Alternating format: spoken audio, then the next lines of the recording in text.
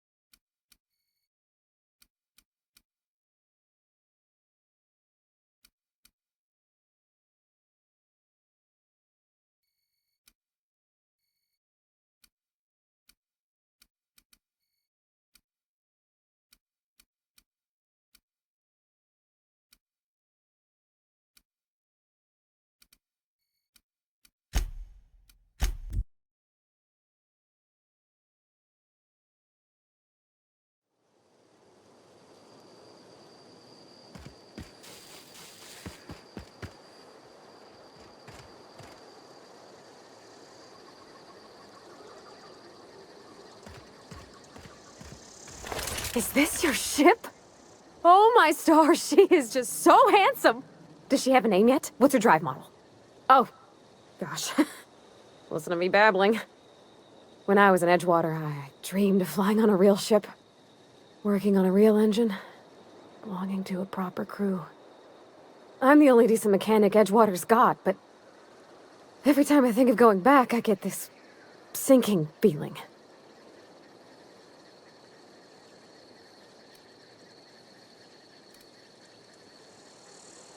Well, it's kind of you to say that. And you're right. I wasn't happy. I want to ask you something, and you can say no. But can I come with you? I could tend to your engine. I know my G-valves for my catalyzers, and I can keep your ship singing. And if you ever need a pair of eyes watching your back, I can do that too. What do you think?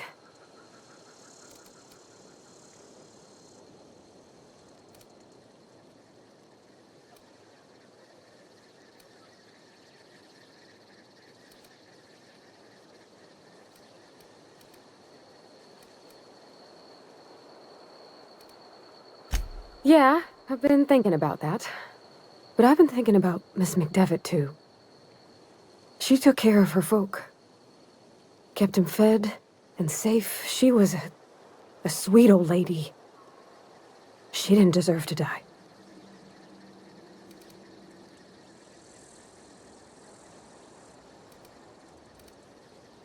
I'm still trying to guess at your intentions. Maybe you got a problem controlling your impulses? But at least you got the temperament to own up to that. Edgewater was on the verge of collapse before you showed up. You sent them power, and now the town might see another season. You didn't know those deserters a thing, but you helped them anyway. Made sure they had a home to come back to. You ain't exactly a stranger anymore. You done some kindness hereabouts. I wouldn't mind following somebody like that.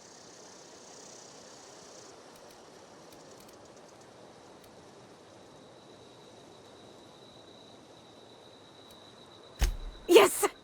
I mean, thanks. You won't regret this, ma'am. Captain. I can call you Captain now. Ha! I got a captain. Something you need?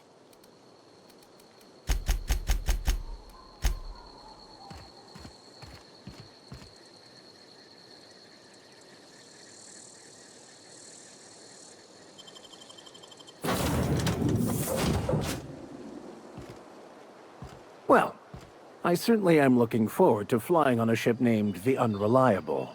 I'll just head upstairs and claim a room. I find myself marveling at the complex simplicity of the Fibonacci spiral. I'm sure you know what that's like. Something vexing you, Captain?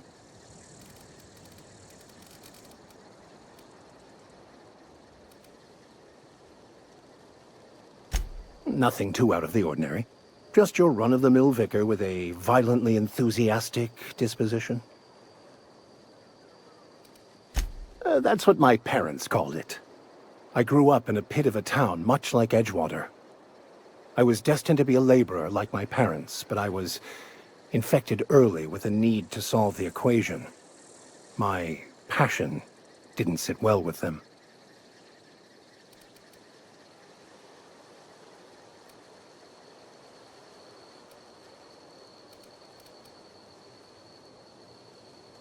My parents, ironically. They internalized the precepts of scientism like no one I've ever known. They had a pure faith, a faith that brought joy to them regardless of the situation. I envied that. I wanted that peace. I thought if I became a vicar, I could find it. Or at the very least, find out why I lacked it.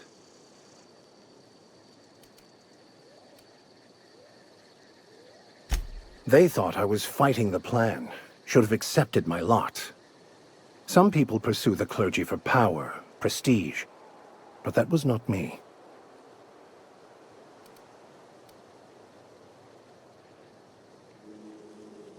The plan is not one rigid path. There are a variety of multitudes contained within it. Our paths have variance, but we'll end up adhering to it, whether we like it or not. Some choices make the path smoother, some rougher. You can even go outside the lines, but the further outside you go, it's like an unbreakable elastic band. It will only stretch so far before it snaps back. The further it is stretched, the more violent the eventual correction.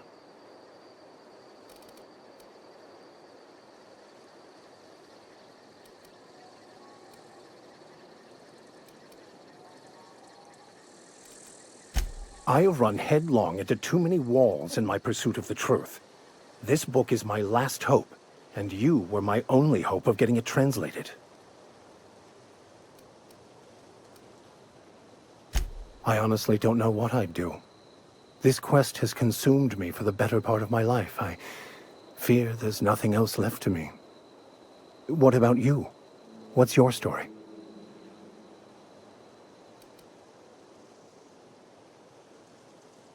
And how did he do that?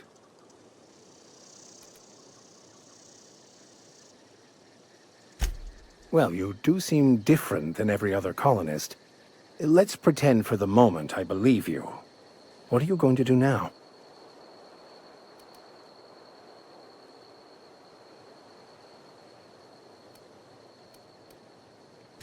That seems a dangerous proposition. Why risk your life now that it's been returned to you?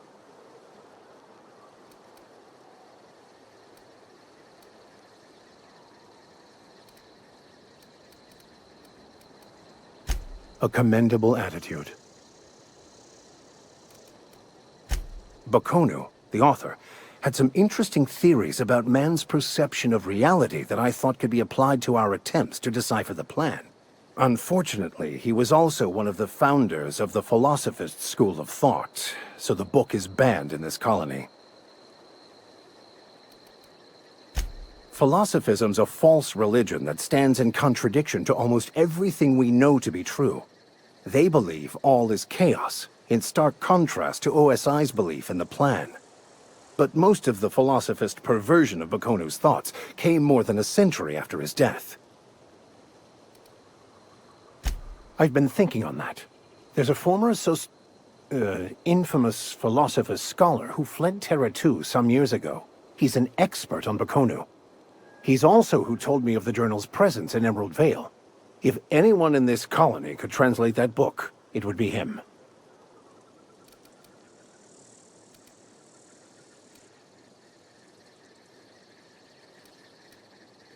Oh, I'm anything but certain.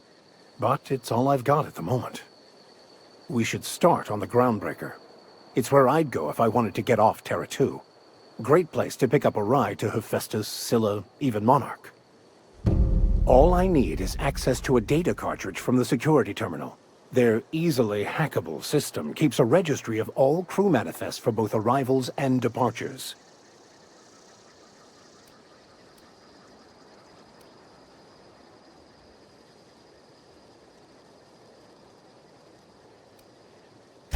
I'll comb the last 6 months of departure manifests to track the Philosophist's off-world destination.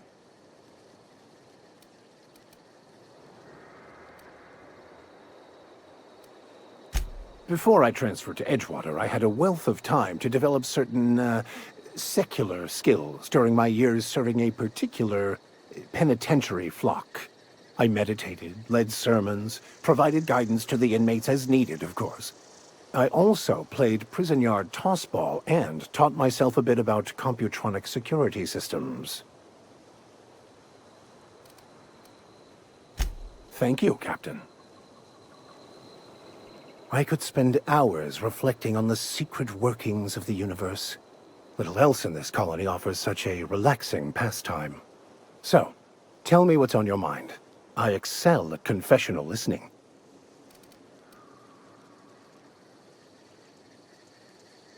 Of course. Are you ready to break into security on the Groundbreaker?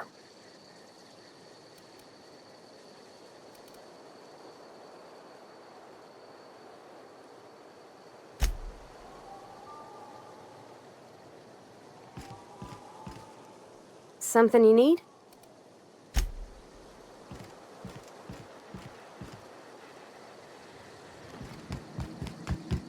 Captain, I have have detected that Edgewater's power supply is now optimal. I applaud your willingness to invest your time in the local community. What can I do for you, Captain? Do you know how to install a power regulator? Outstanding, Captain. Your aptitude for engineering will prove invaluable in the event of another catastrophic engine failure. Our engine room is located behind you, across the cargo bay, up the ladders.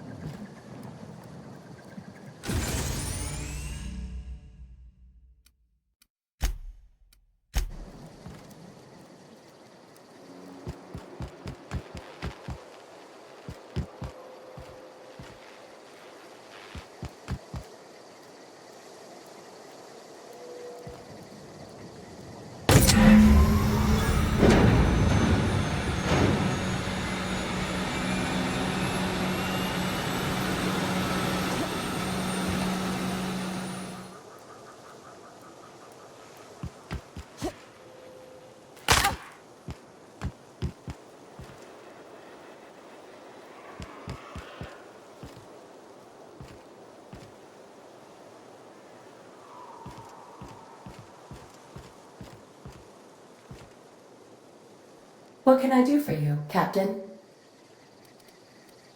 All systems are operating within acceptable parameters. I am prepared to bring the unreliable into low-altitude orbit. This should prove an adequate test of our flight capabilities.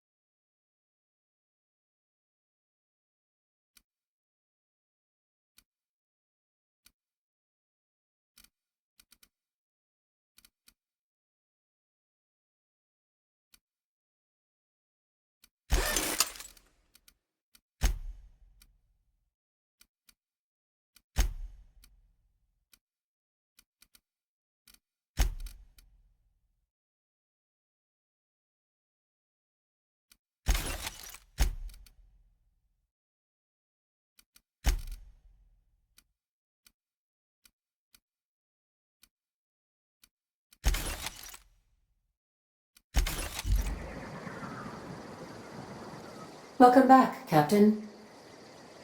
All systems are now operating within acceptable parameters. Shall I take our ship into orbit?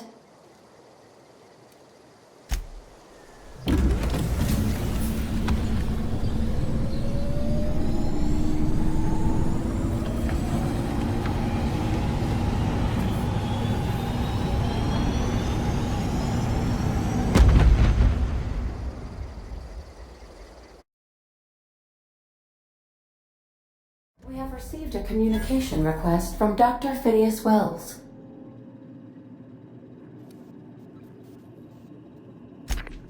Aha, there you are. Hale and hearty, and captain of your own ship. I see you're putting the unreliable to good use. Shame about her former captain. Horrible way to die. How are you feeling, by the way? I lost track of you in that cave back there. Experiencing any, unnatural drippage? Perfectly normal side effect of thawing, I assure you.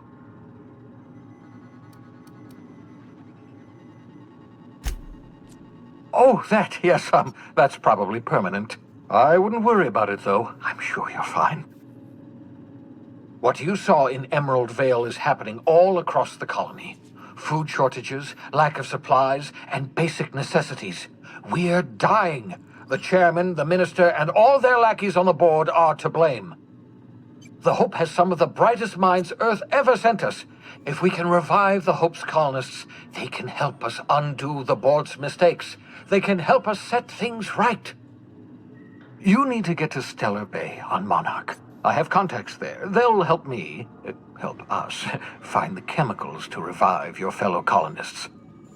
Gladys Culkelly, lovely woman, runs a cozy little black marketing outfit on the Groundbreaker. She can get you a nav key to land on Stellar Bay.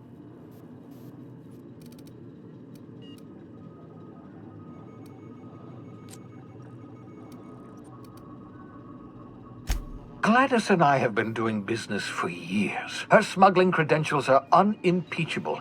If anyone can get you a key to Monarch, it's her.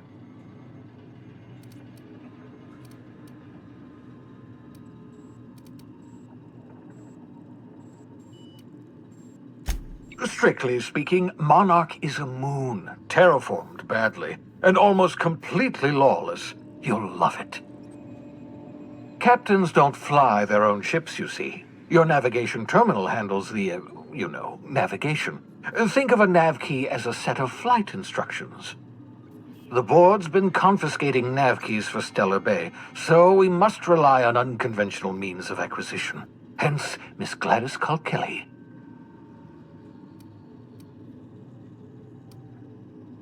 In theory, I suppose you could land your ship in Cascadia, and in theory, I suppose you might survive the experience. Cascadia is utterly seething with dangerous, highly aggressive creatures, more than capable of tearing you limb from limb.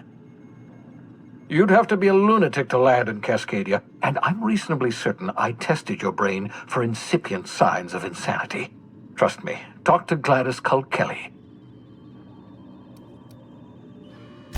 Without a skip drive, good luck. You'll be dead before you make it to the nearest star.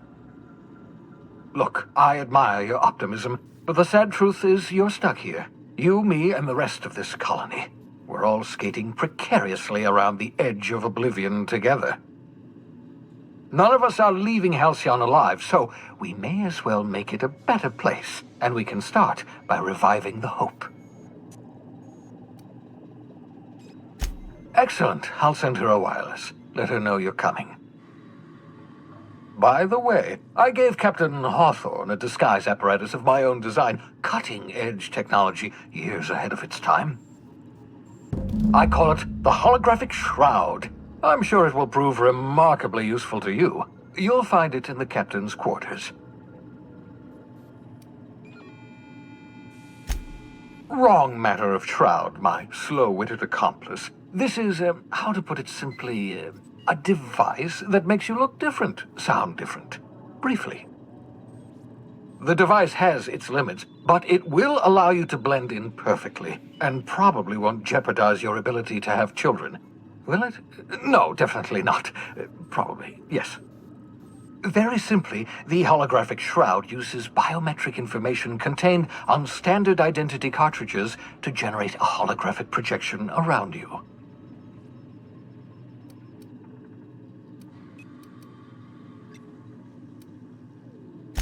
Only stands up to a casual scrutiny. Use it too long, bound to flicker, blur, something like that.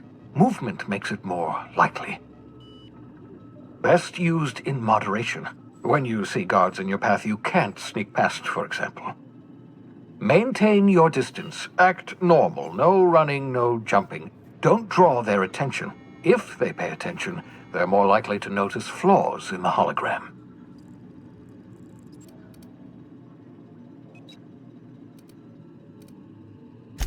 A change of clothes. What is this? Some old spy serial? What inattentive and brainless guard would be fooled by such a shabby disguise? The holographic shroud masks not only your clothes, but your face and fingerprints. It modulates your voice and sweetens your breath.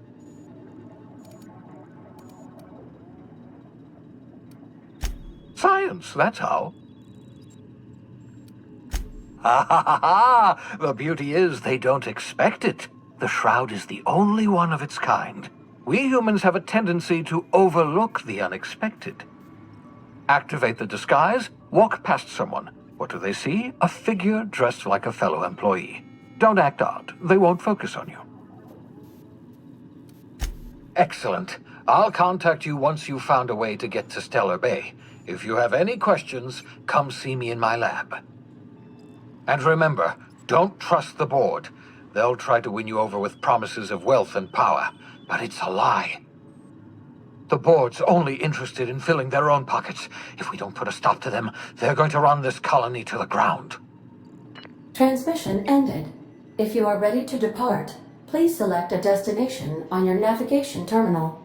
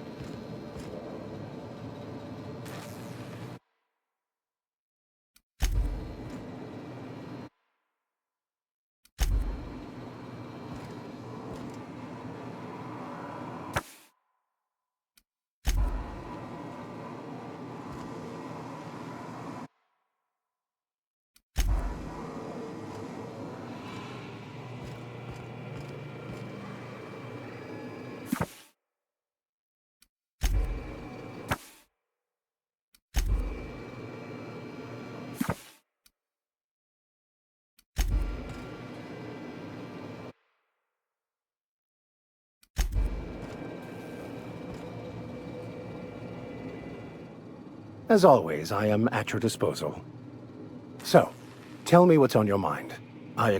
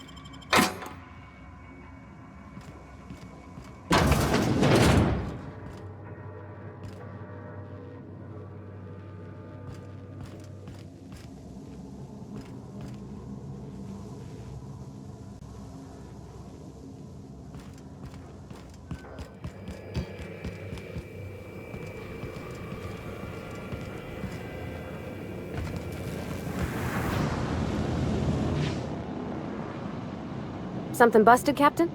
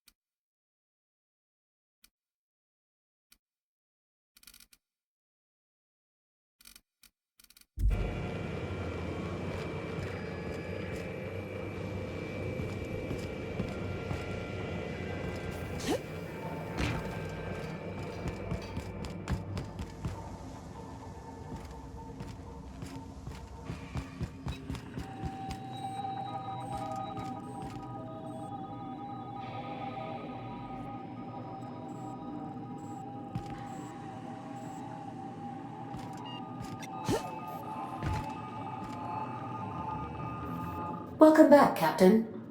How can I be of assistance?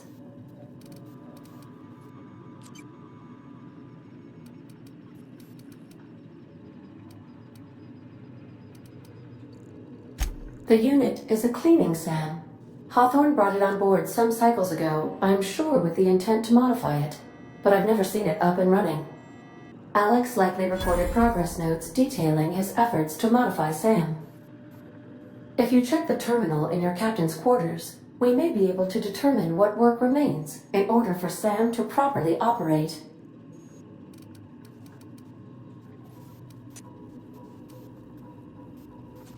May luck be with you.